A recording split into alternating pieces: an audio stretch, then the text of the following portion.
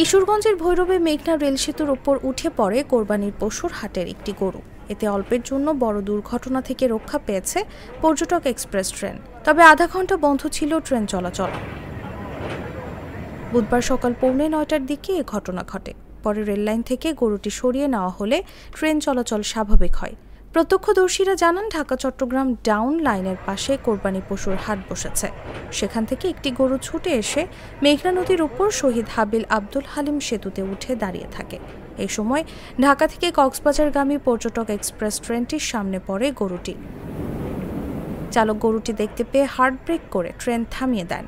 এতে গরুটি বেঁচে যায় এবং বড় দুর্ঘটনা থেকে রক্ষা পায় ট্রেনটি। পরে এলাকাবাসী দৌড়ে গিয়ে গরুটিকে সেতুর পাশের রেলিংয়ে সরিয়ে নিলে প্রায় আধা ঘন্টা পর ট্রেনটি সেতু অতিক্রম করে।